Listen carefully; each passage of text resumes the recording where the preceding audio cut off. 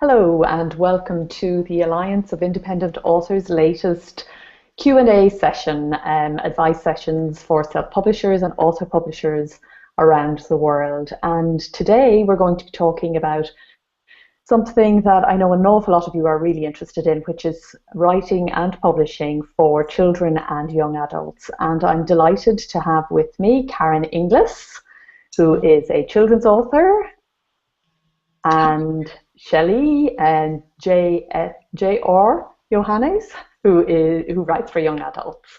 And they are going to answer questions. We put a call out for questions about publishing for children and publishing for young adults, and I have a whole big long list of them here, and they're going to be answering those questions for you. But first, just a word to say hello. Karen, you are at the moment turning Ferdinand Fox and the Big Sleep into an enhanced ebook, I believe. Tell us a little bit about that and writing for children generally. Okay. Yes, I mean, at the moment I have some books for the 8 to 12 group, as you know, but I also have a picture book called Ferdinand Fox's Big Sleep, which is in print, and it's also a book app. And the last thing I wanted to do with it before I left it alone was to get it up onto the iBook store and onto Kindle. And so I've been working with a company called the eBook Partnership, and we are now, I've used my recordings from the app to put them onto the ebook version. So the ebook version, when parents read it, will have my voice, the words highlighted, and some sound effects in there. So it's somewhere between a book app and an ebook, so it's sort of an enhanced ebook. So I'm excited about that. I didn't want to leave that undone before going on to my next project. No, that's fun.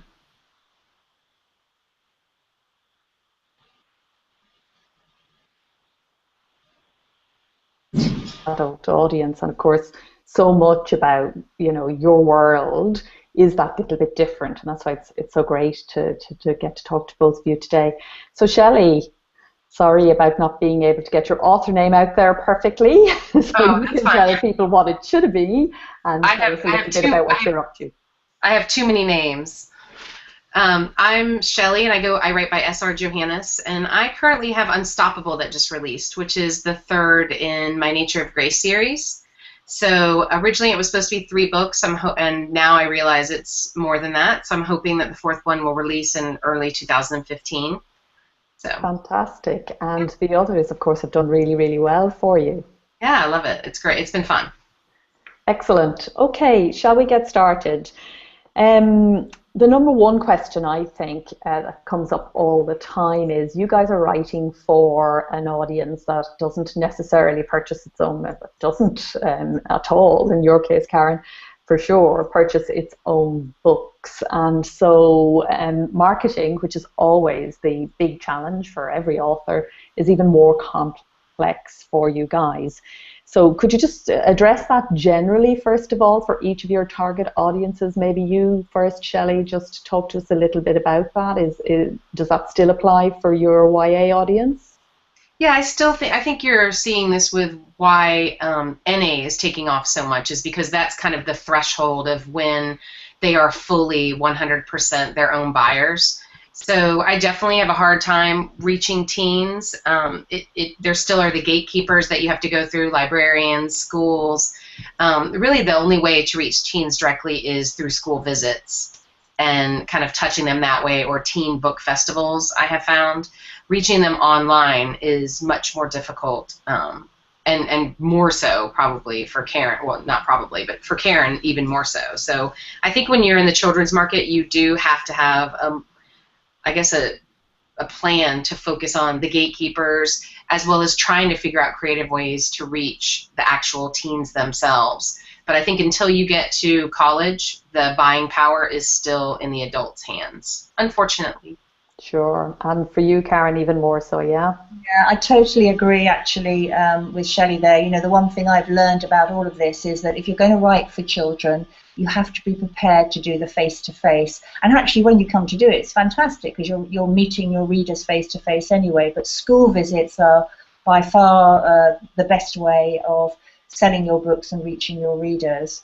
I mean, online is very difficult. It's not, you know, there are things you can do online, most definitely, to support your marketing campaign, and obviously part of that is to have a website. I have KarenEnglisAuthor.com, where you have your books, you talk about yourself, you talk about your school visits, and you do, I mean, in my case, occasional blogs. I don't blog every day, but you make it an interesting place for people to come, and you can use that as your hook when you get in touch with schools or bookshops that you want to take your books. You can use that as your hook. But the real selling takes place when you go to events, be that schools, or in my case I do local book signings in local bookshops. I'm sure Shelley would have done similar as well. So, I mean, we've just so many questions here. 1, 2, 3, 4, 5, 6, 7, 8, 9, 10, 11 people asking basically the same question in the same way. But one of them says, what are your top 3 tips? So can you each give me your top 3 tips for meeting your particular audience? Want me to go? Yeah, go. Okay. My top 3 tips. Whew, that's hard. I think it's identifying your top 3 target audiences. I'm a big proponent of target audiences because I think when we say that we want to target teens and teachers, that is a bajillion people. So I think if you can focus on segmenting those groups and really, for example, when I'm looking at the teen market, I really try and focus on the areas. My book has a conservation theme in it, even though it's a thriller. So I really try and focus on the teens who are going green, who are very nature or conservation focused, who are very outdoorsy. And so that helps me really narrow it down to focus on some of the nature organizations or some of the, kids who mountain climb, or some of the people who, love to be outdoors and love to fish. And there are a lot of girls and boys that love to do those activities. So if you can, that's my first tip, is segmenting your markets. I think my second tip is really making sure that you are doing what you can to create professional marketing materials so that you can send them to those groups. And knowing that those marketing materials will change based on your segments. So if I'm sending something to a teacher, that is going to be much different, and I'm going to focus on different things than if I'm sending something to a teen who is in an outdoor club, who loves to climb. And so in addition to making sure that you've got your targets, to make sure that your marketing materials focus on those targets specifically. And I think the third thing is just being online and splitting your marketing plan into online as well as in person, because while online is good, for a children's market, not all the kids are directly able to be met online. So in person is just as effective. Great, and indeed those tips apply, I think, in marketing any book, and probably the segmenting is the single most important thing you can say to any aspiring marketeer, because I know most indies, when they start off, you ask them who their book is for and they say everybody, and Right. getting people to narrow it down, I think, and really when you're marketing you can't think too small, and indeed many of the most successful indies think one reader at a time. Right. What about your top 3 tips, Karen? Well, again, crossover is inevitable here. I totally agree with niche marketing and professionalism. In terms of niche marketing, interestingly enough, obviously my books are ranged at slightly different age groups. So we've got 2 to 5, we've got 6 to 8, 7 to 10, and 8 to 11. And interestingly, if you go and look at my author website, you'll see that I've actually divided up the navigation headings when you go there, and it's very clear for any reader landing there which book is aimed at which age group, so that they can quickly, I was thinking always from the customer's point of view, when they get there, I'd like a parent to say, oh, that's for 7 to 10-year-olds. That's what my young Johnny might be interested in, that book. So first of all, from that perspective, online, make it easy for your niche markets to home in on the books that are relevant for them. I also, when I contact schools, there's another good tip here, is as well as introducing myself and being able to refer people to the website, what I do is I supply them with ready-made slips to go home to parents, which outline the book. There's a tear-off slip at the bottom. There's a summary. There are some images on there, and so they actually have it's very easy for them to accept those and send them home to the children. And that really makes a difference in terms of how many orders you get, because I found that going into schools, if you just sort of turn up and hope on the day, inevitably children forget their money, their parents haven't read the email, whereas I actually, with the school, we have a very organised way of doing things, which means we get slips back, they've engaged with what the books are because of the descriptions, and I make it easy for the schools because I know that they're busy places, if you see what I mean. So as much as you can do to support the person who's going to be effectively helping you sell your books to the children, the more you do that, the more success you're going to have. Shelley calls such people the gatekeepers. Is that how you think of them too? I don't think of them so much as gatekeepers as channels. I suppose it's a more positive. I think the word gatekeeper feels a little bit negative, and I don't think that's the way you think of it, Shelley. I'm just saying that that word to me has a negative connotation. So if you almost look at them as your opportunities to get to the children, that might make marketing feel easier. I mean, you will always come across protective school secretaries who pick the phone up and won't let you speak to the teacher that you want to speak to, and so on. But you keep an open mind and you move on. Marketing is never easy. But perhaps it's more significant for young adult audiences, and depending on what you're writing, Shelley. Yeah, I don't know. I guess gatekeeper is probably a marketing term for my business. So gatekeepers and stakeholders are just very common terms in the marketing industry. So I think it's just, it's the people with the buying power, I guess, from a business perspective. And a lot of teens don't have buying power. Their parents are still controlling their finances. So it's really the people, focusing on the people with the buying power, which in most cases for children are librarians, schools, parents. They'll hear about things from their friends, but if they're, and maybe they have some money here and there, but generally the big buying power is with adults until you get to be about 18. That's just from a marketing perspective. I didn't mean, gatekeepers in a sense that they were blocking people. I don't think that's the case at all. I mean, schools and librarians are very open to all books, but if you don't market to them directly, they do have the buying power of what books are in the library and what books are in the bookstore, and that is a hurdle that I think a lot of indie authors have to go across anyway, because we don't have the big distribution that the larger companies have. So sure, which feeds into our next question, which is one of our respondents wants to know: is it true that you just have to have different expectations as somebody who writes for young people? In other words, that you just never will sell as many copies of your book as sell to adult readers? Karen?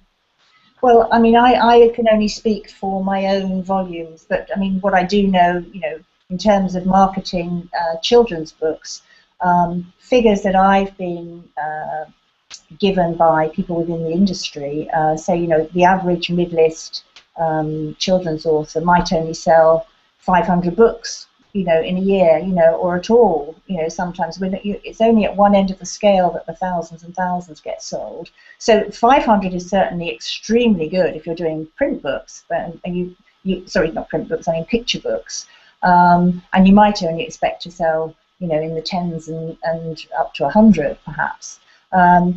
In terms of how many, I can only really, the figures I'm only really familiar with is how print books, picture books relate to children's fiction for the sort of 8 to 12 market, and what I can say there is it's certainly about half the actual volumes of sales.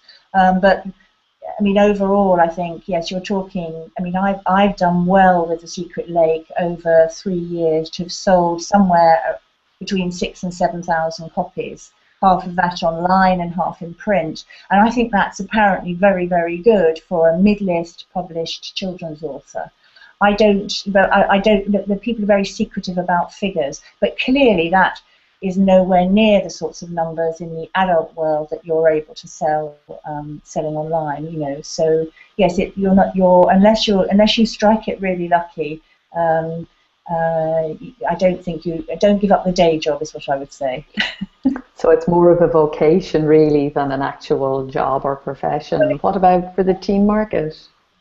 I think there's so much potential in any book. Karen has it tough. The picture book market is tough because it is primarily a print book. That is not easily done in an ebook form, which I think has a better chance of distribution in the indie market because we don't have a huge print distribution, right, Karen? I mean, it's hard to get that massive print distribution that traditional authors have for print books. In the teen market, I've sold, probably about 60,000 ebook copies of my book over the last 3 years, and I think that's good. I still consider that mid-list. I don't consider that like, woo, I'm going to be in USA Today. But I think it's easier to sell ebooks online. It's easier to reach your targets directly online. Kids are getting Kindles now. I think 3 years ago when I started, kids probably didn't have as many Kindles. But, I mean, just recently, and I think I posted this on the ALLi website, the children's market is up, and the people reading children's markets, the age has gone up. The average age of a reader for young adult is 18 to 30. Wow. So, I mean, while we're still trying to hit teens, obviously, because that's who our books are, basically for, I think with Twilight and, that movement, adults are now reading a lot of young adult books, and so there is so much more potential, I think, in the long run for young adult to continuously grow. And I think you've seen that. I think you've seen adult books take off. Now you've seen new adult take off, and the bestseller lists are all new adult, and I think it's just a matter of time before young adult kind of makes its way up there. Yeah, and it'll just be interesting to see whether the 8 to 12 market will ever get that increase as well. There, I think we have got the issue with the fact that those children will never have access to money at the end of the day. So that's where the model slightly falls down. But actually, coming back to what you were saying, Shelley, about the difficulty of distributing picture books in print, that's partly why I'm doing this enhanced ebook of Ferdinand Fox. I thought before I leave that, because I have now sold, I think, over 400 of the print book, but that's through school visits.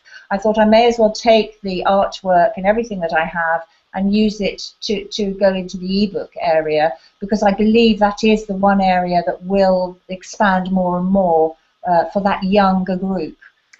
Is Kindle Fire making a difference there, Karen? Well, that's what I'm going to find out, because what's happening at the moment is that the file that I produced for the ebook, which is an EPUB file, the ebook partnership are creating it for, they're formatting it for the iBook store where it will have these extra bells and whistles, and for Kindle Fire, and they've offered me to do Nook as well, but I'm just going to sort of leave that for the moment and see how the first two go. But I'm under no illusion that it may work, it may not. But I've invested in creating those assets, if you like. So I may as well. I mean, I'll pioneer into that next area as an indie, and ask me this time next year. We most certainly will. We'll be asking you for a blog post about it. Yeah, I was going to say, I think Karen is probably a paver in this area. As a marketing consultant, when authors come to me about should I indie, should I traditional, I always try to give, being indie is very difficult. It is not the easy road. Everyone kind of talks about it's the easy road. I always say it's the shortcut to publishing, but it is not the shortcut to writing or marketing. It really is just a shortcut from a, process like putting a book in place. Karen's doing picture books, and when people come to me, I always say, picture books, doing indie is really tough for picture books because A, picture books are expensive, and to make, and B, the younger audiences that use picture books are not using technology as much yet, so your channels are limited as far as ebooks. So I mean, she's really done a great job of kind of being on the front of that wave and taking a risk, because that is a very difficult market to hit. So kudos to her. Oh, kudos to you both. Kudos to all indies, I say. An amazing group, always pushing the boundaries and always finding new ways to do things. Yeah, I love it. Yeah, it's great. Before we leave book promotion, then we have a question here about PR, conventional PR. Is that about, by which I mean, the print press and what were traditionally the only ways to reach readers, be they the gatekeepers or the kids themselves. either of you had any success with what we might call conventional PR? You mean publicity? Like, yeah, I mean, yeah, exactly that. I mean, publicity as opposed to marketing or online marketing. I mean, yeah. yeah, I think what's hard with publicity is, and what people don't understand, the difference between marketing and publicity is that publicity is a word of mouth. It is about the story of either the author or the book that creates, something exciting that people kind of grab onto. You can't pay for publicity. You can get a PR rep to come in and try to get placement for you and try to help you come up with what is your story, like what are we going to sell for you. So for example, I will go out, especially around Earth Day, and there'll be a story around trying to get teens to be into conservation and nature. My book's a thriller, but that's the story for that time, and then the story might change at a later time. But so you just have to come up with a story for yourself that sells, and pitch and hope that people pick up articles. Marketing is paid usually paid. Online, a little bit different, but it's a paid venue. It's ads. It's sending out mailers. It's doing blog tours, those types of things. So publicity is very hard to generate, and like a Hugh Howey is a perfect example of word of mouth publicity that just keeps spinning forward.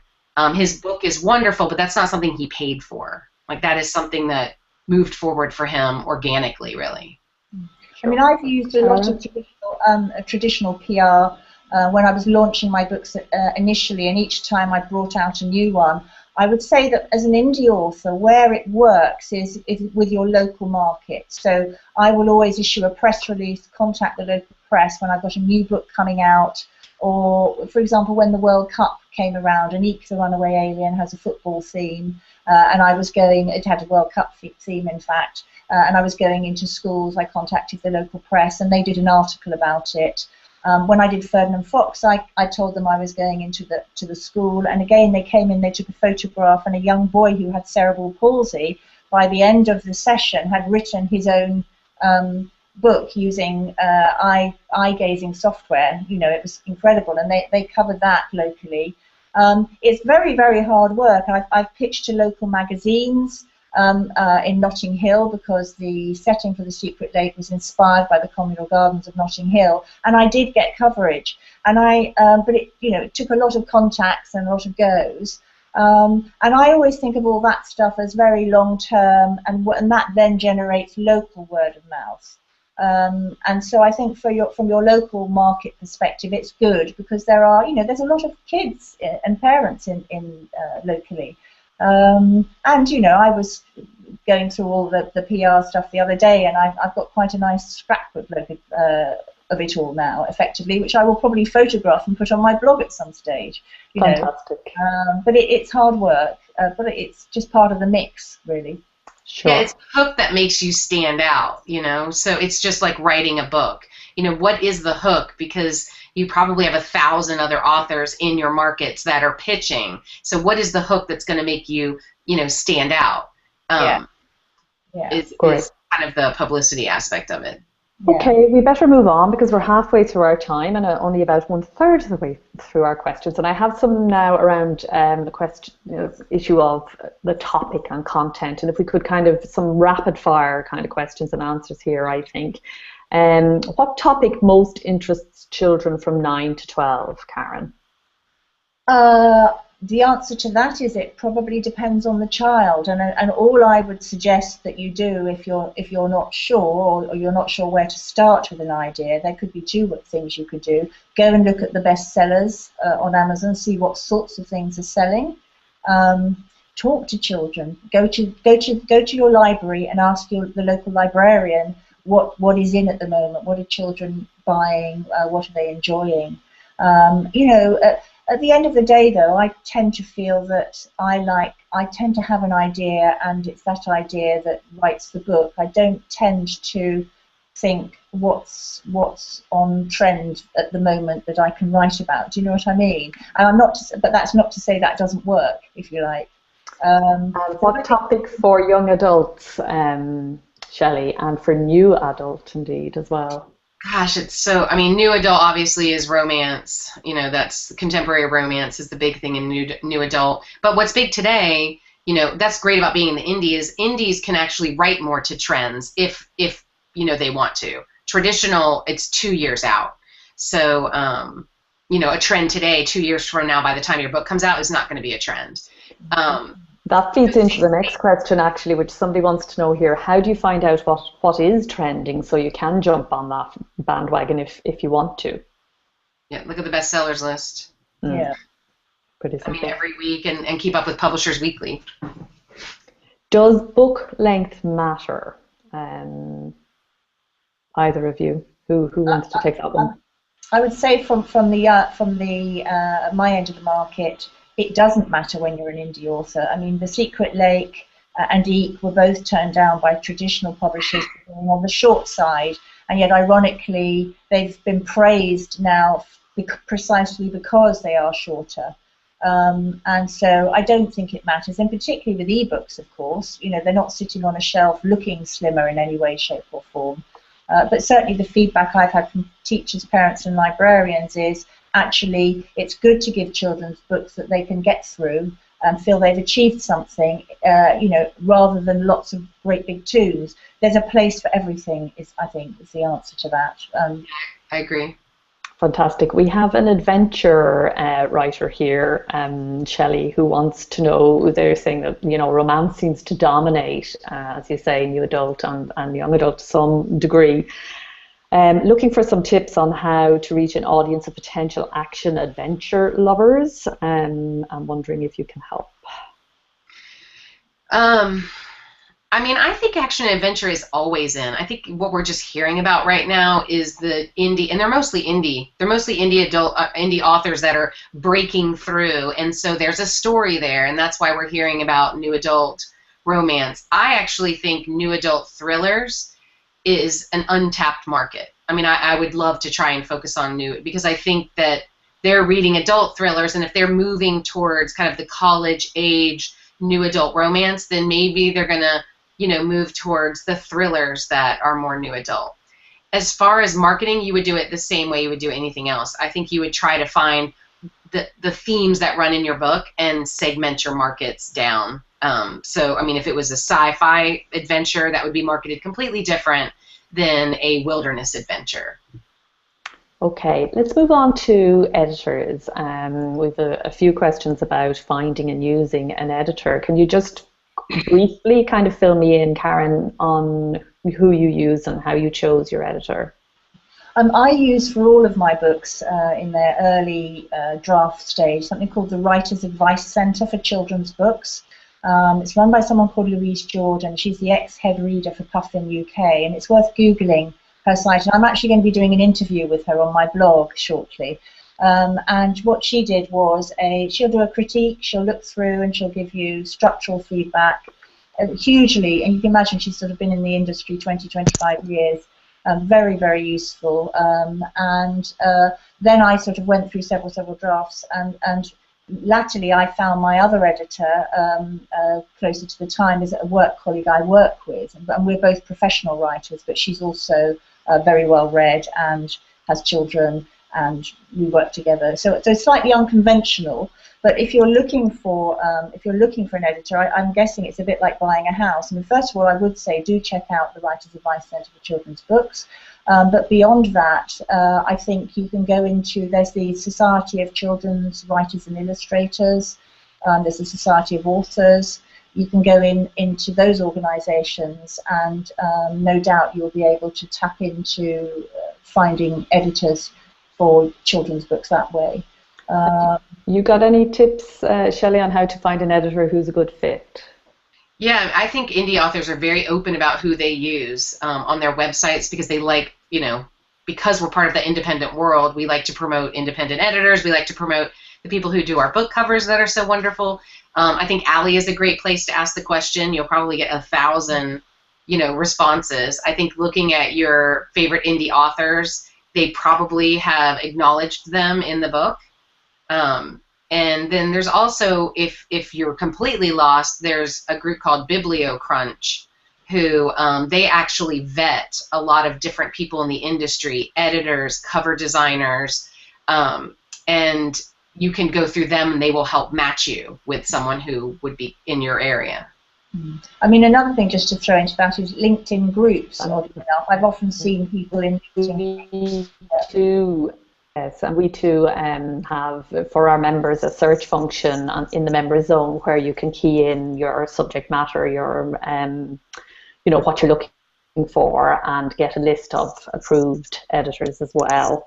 But could you just briefly explain the process? We have somebody who hasn't kind of embarked upon the editorial process yet and is feeling a little bit lost in terms of managing an editor and how to make that happen. And specifically now in relation to writing children's books, Karen. How to manage the editor? Is that the whole collaboration process between writer and editor. For somebody, if you can kind of think your way back to when you had never done that before, what should a writer be thinking about in terms of managing the process well? Well, I mean, perhaps it's probably harder for me to answer that in the sense that because when I did it, I used Louise's service, which I paid for, which you would expect anyway. But in her case, she sent me I got back literally a report. It literally was a report that I could then act on and then go to the next stage and go back to her. I suppose that would be how it would work, though, wouldn't it? Once you know that you work well together, they will come back to you with their feedback. And I presume what you're going to do, which is certainly what I did, is you will take on board, you'll listen to it all. It's a bit like, you know, when you had your first baby and everyone told you how to get it to sleep through the night. You listen to all their advice, and then you take it on board what worked for you, but you would occasionally not agree, and something that you really believe in, you might keep going with, if you see what I mean. And certainly that's what happened with the writer's advice when I was dealing with them.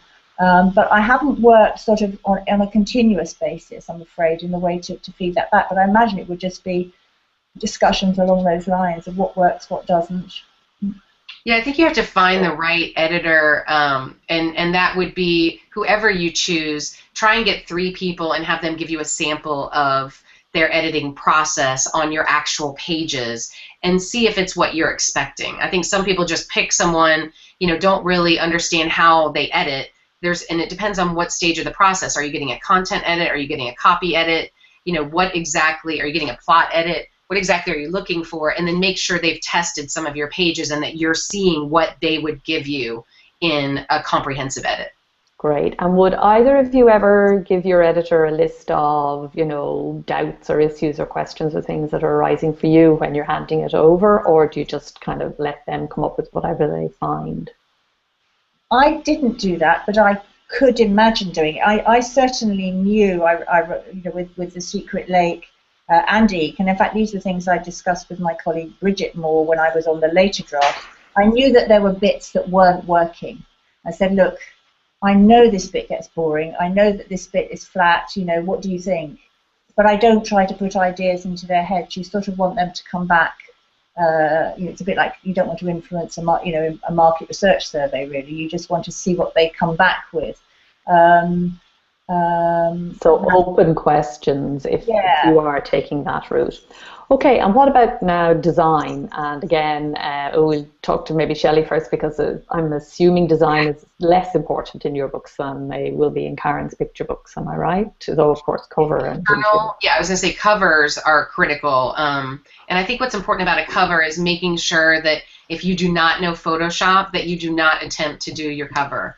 Photoshop, what I wanted to say really quickly, just from a marketing perspective, and I've been in marketing for 18 years, is the difference between someone who knows Photoshop and someone who's trying Photoshop is called layering. And the layering is so critical in a cover, and it's the thing that doesn't make a cover look cheap. And I can't explain what that is, but if you don't know how to layer in Photoshop, just because you know Photoshop does not mean you should be doing a cover. So I know Photoshop, and I paid to have my covers done, because layering is a very specific talent that a lot of even artists don't have. It's very difficult, and that layering gives it that realistic look that just pops and makes you really feel like that's a character in the book. And you can tell when you see a very flat cover that someone has laid an image on top of an image, and that's what makes it look cheap. So I think if it's not your forte, and I feel like I do it pretty good for other people, but I didn't want to do my own because I wanted to have something objective. I think you just have to look for a good artist, and you have to figure out what your budget. Do you want to go with a stock photo and have someone, taking your fonts and putting them on those, or do you want to have something original? And I went with something original and had it photographed. A lot of people go with, there's so many pretty stock photos, and then have someone actually, do the cover type. As far as inside, it's just typesetting. So Karen could speak more to kind of illustrations and pictures. Please do.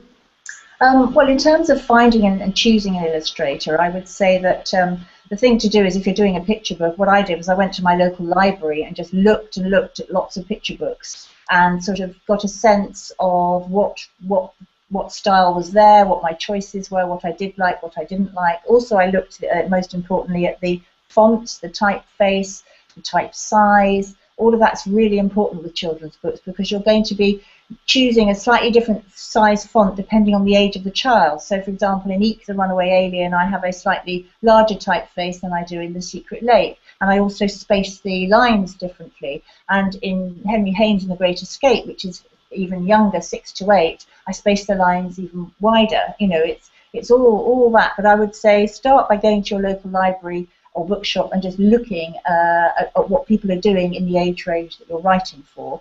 And then as far as finding an illustrator goes, I think it's a bit like, again, it's buying a house or choosing a school. You just look around and you sort of look at lots of portfolios. And these days it's much easier. You can go online. And there is something called children'sillustrators.com, where you can search globally, actually, for an illustrator, and you can see all their portfolios online. I actually found my illustrator through elance.com, and there is another site that I've not used before. People per hour.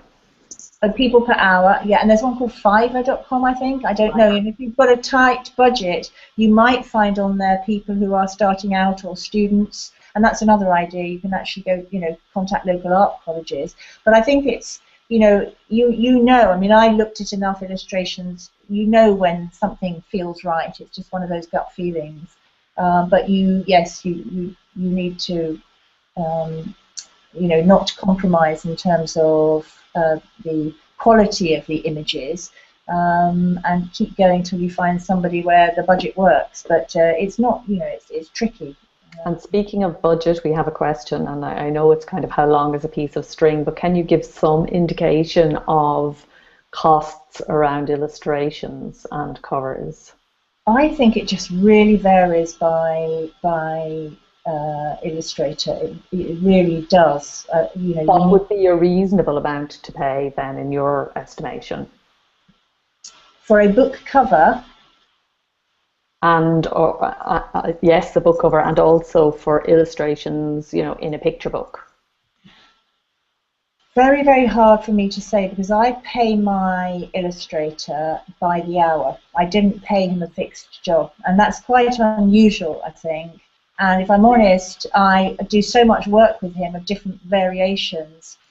I probably should have, but haven't costed, against all the different things we've done with the apps and what have you, how much I might have spent. But I'm sort of guessing, if you say The Secret Lake off the top of my head, I might have spent £200 perhaps on that cover. I can't be sure, though. I know that sounds a bit of a cop-out, but I think you might find a student who is willing to do, who's very, very good but just starting out, and you can spend a lot less, but you might also be spending £1,000. I certainly spent £1,000. Are children's covers more difficult, more expensive, do you think, than adults? I don't know, but I mean that we use less photography, so you've got to have artwork rather than photos. So I don't know what you pay for an adult cover. What do you think? Yeah, I mean, I think illustrations are probably going to be more expensive. I think that's why people tend to move away from independently publishing picture books, because most people, I think, pay by the project or pay by the picture. So Karen probably has a great illustrator that she's working with, but if you're out there looking, they'll give you, here's what I can do for, I think specific spread is 32 pages, 16 spreads, and is the average. So you would pay for those spreads. A cover, my cover was originally shot, and it was $600 probably a cover. But people do judge a book by its cover. So I mean, I really wanted to spend the money on that. And just as a side note, make sure that you look at the cover in a 1-by-1 thumbnail before you approve it, because the font and the overall picture look completely different on a huge computer screen than they do in a 1-by-1. And it needs to look good in a 1-by-1, so when it's online, it sells itself. Yeah. Okay, now reviews. We have a question from somebody who keeps trying to get reviews for her book, but is turned down essentially because she's finding that lots of reviewers, and she seems to think particularly in your markets, say no self-published, please. Is that your experience? Karen, yeah.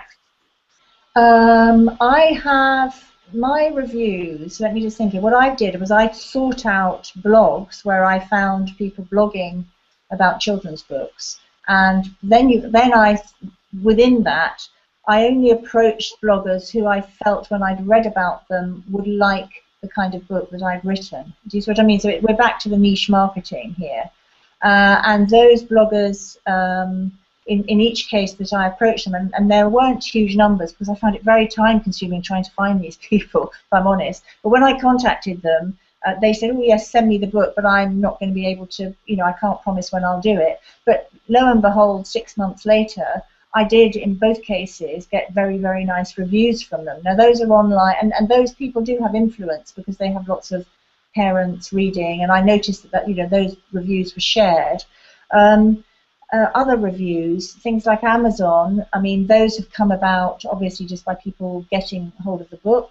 A good way to get, I found to get reviews, there was, we're doing a Goodreads giveaway. If you do a Goodreads giveaway, I made the effort when I sent out the books to enclose a personalised note saying, well done, I do hope if you enjoy the book you'll take the time to leave a review.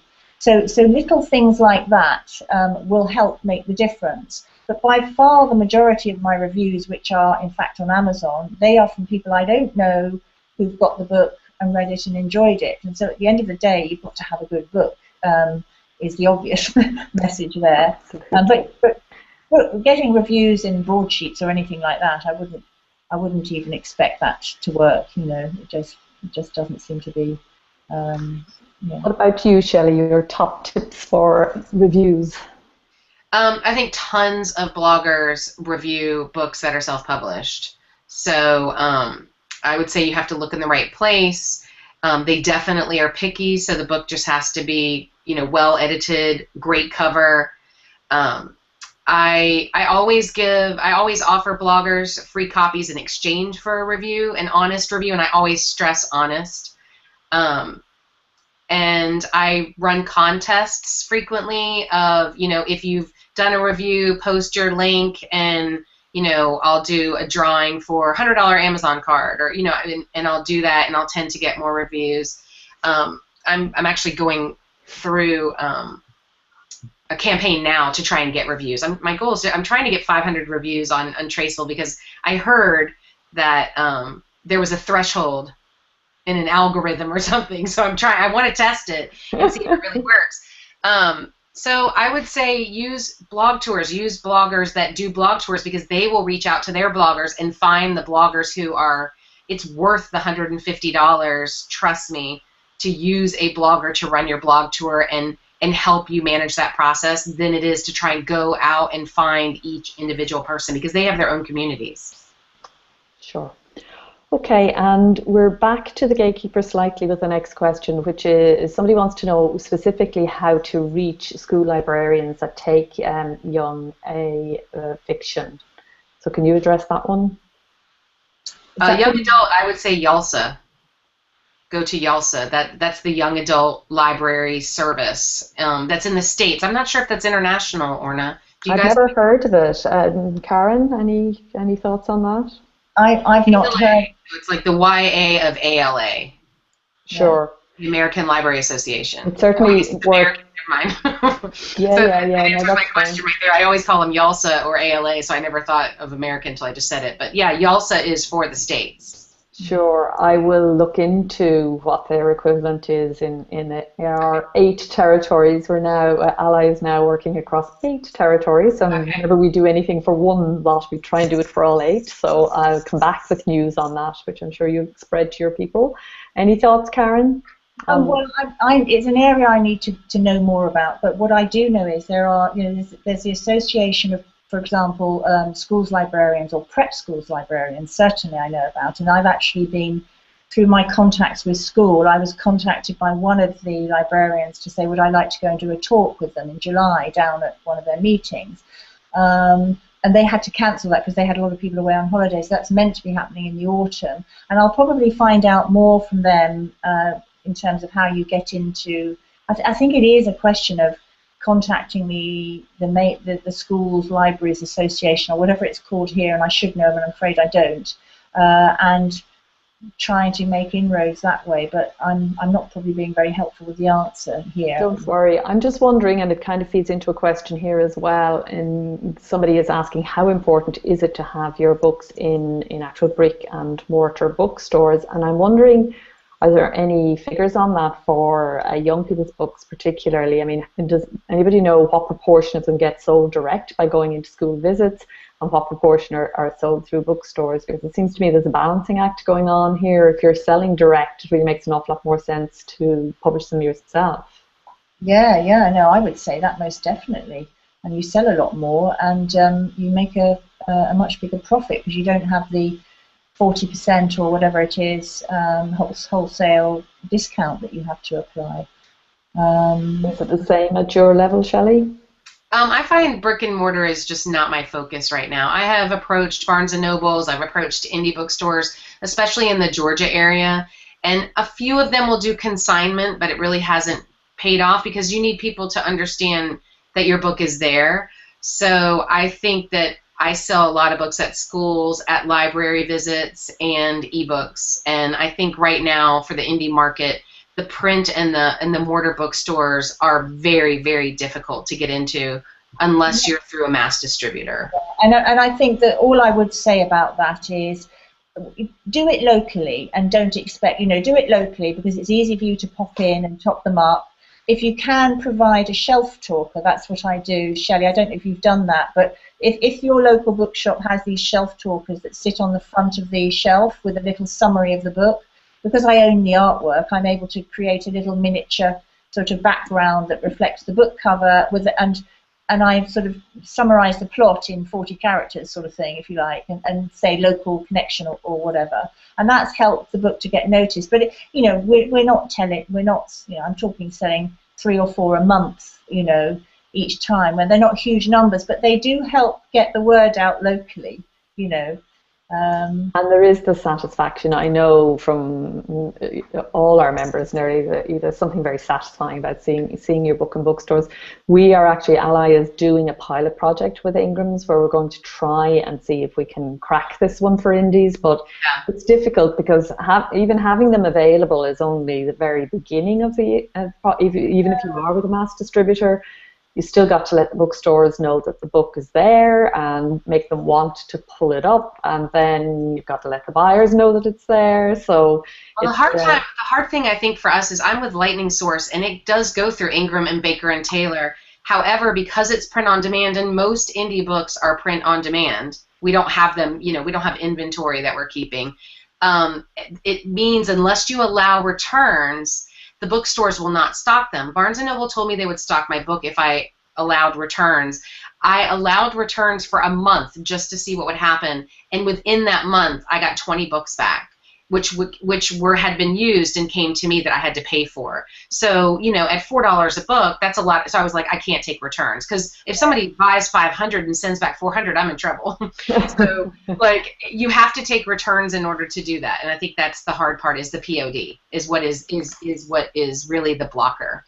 Absolutely, because for a trade publisher, that book's costing about 30 cents probably, but for you, it's far more expensive. I would just add that, as you know, Orna, my books are in the local Waterstones here. And again, it's really only when I do a book event that they sell in any number. I mean, The Secret Lake, I think, does sell semi-regularly in our Putney branch because they always seem to have it face out.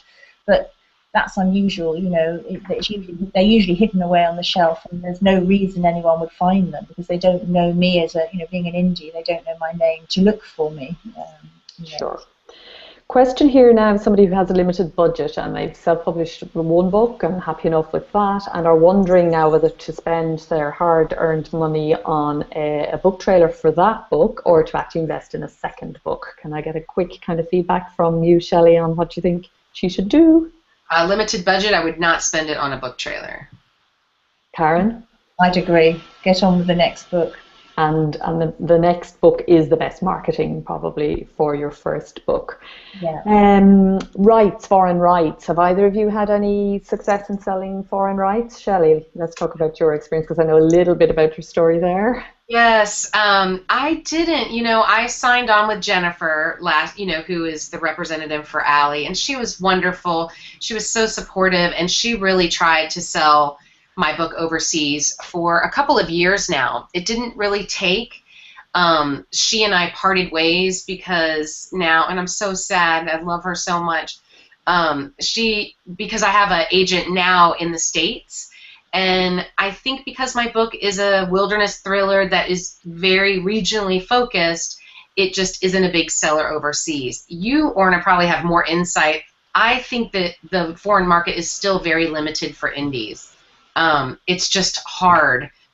I don't know why. So I have not had that success, but I know some people have. So you're absolutely right. It's more difficult, and you know, I've seen now a lot of people trying to sell foreign rights in various ways, and it's quite clear to me that foreign buyers are only interested in the book when it's super successful.